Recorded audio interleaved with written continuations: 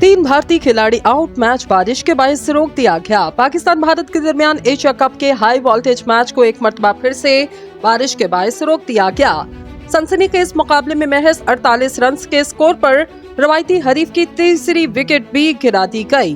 शेर यास air 14 run बनाने के बाद हारिस रऊफ का शिकार बने। इससे कबल शाहीन शाह अफरीदी ने भारतीय कप्तान रोहित शर्मा को 11 रन बनाने के बाद बोल्ड किया। फिर दी ग्रेट विराट कोहली को 4 रन बनाने के बाद चलता किया। यूं भारत की 2 इब्तिदाई विकेट्स मायानाज फास्ट बॉलर शाहीन शाह ने हासिल की। पालीकेले स्टेडियम में खेले जाने वाले मैच में भारतीय कप्तान रोहित शर्मा ने टॉस जीतकर मेजबान टीम पाकिस्तान को फील्डिंग की दावत दी। पाकिस्तानी क्रिकेट टीम के कप्तान बाबर आजम ने कहा, अगर वो भी टॉस जीतते तो पहले बैटिंग ही का इंतखाब करते।